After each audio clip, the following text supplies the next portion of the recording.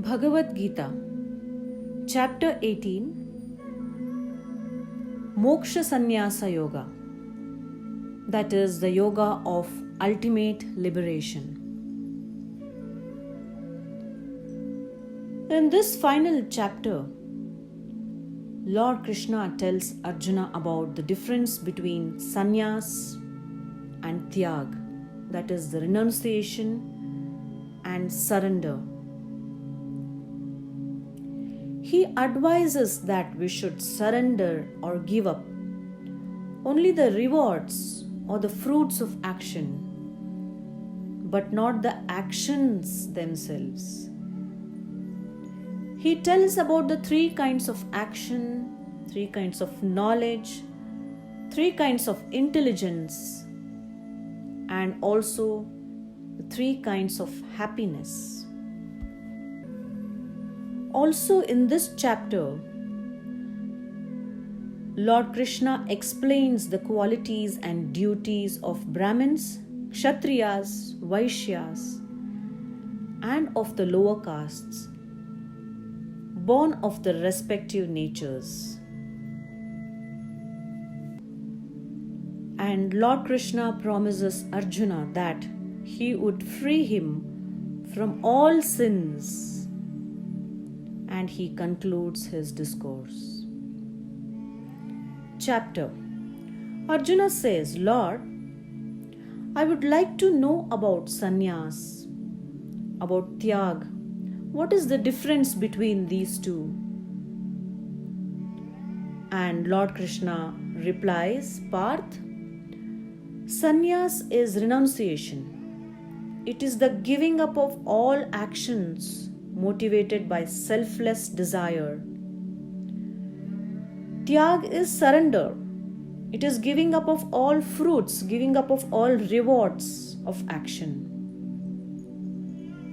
While in sannyas, action itself is renounced, and tyag, it is the fruit of action.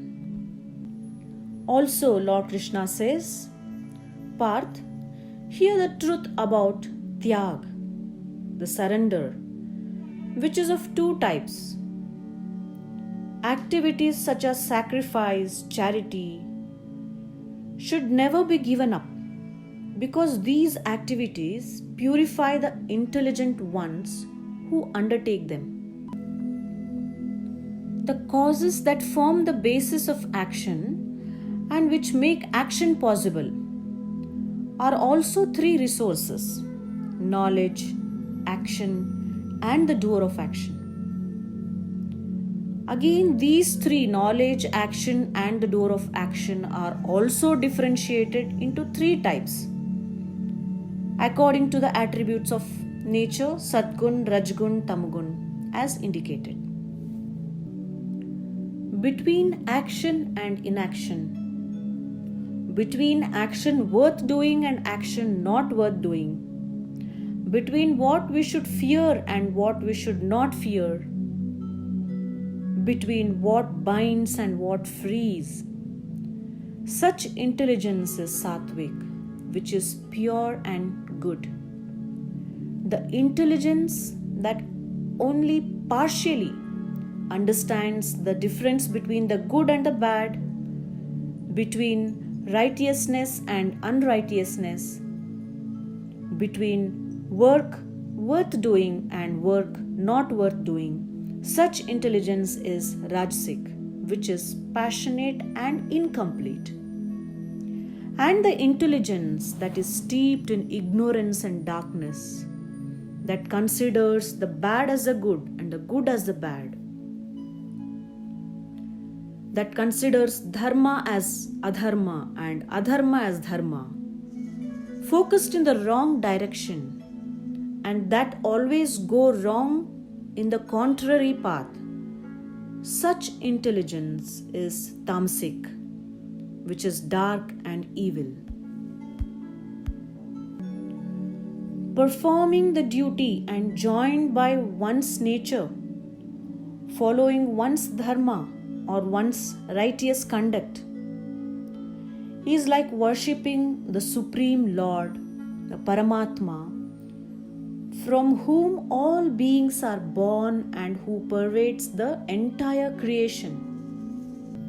Therefore, Krishna says, one should never give up, one should never renounce one's natural duty, even though it may have some defect in it. Because just as fire is covered by smoke, so too does every duty has some defect in it. The person whose intelligence is always unattached, who has no desire left in him, and who has even controlled his Atma, his soul, he through renunciation reaches that highest supreme state, reaching which he is freed from all actions. Whoever studies this sacred and pure dialogue of ours, reads it, I will understand that he worships me with the sacrifice of knowledge, and whoever listens to this sacred and pure dialogue of ours with full faith, devotion and belief, he too is freed and reaches the Supreme, the Paramatma, says Lord Krishna. Arjuna replies, Lord, I have heard all that you have said with utmost attention and concentration. By your grace and kindness and your detailed explanation, all my doubts have been removed. I have become calm and composed. I will do my duty and fight this war, says Arjuna. Then Sanjaya says to Dhritarashtra, King, in this way, I have heard the most wonderful dialogue between the two great ones, Lord Krishna and Prince Arjuna, hearing which my head stands on end. By the grace of sage Vyasa, I was able to hear the secret yoga from the Lord himself.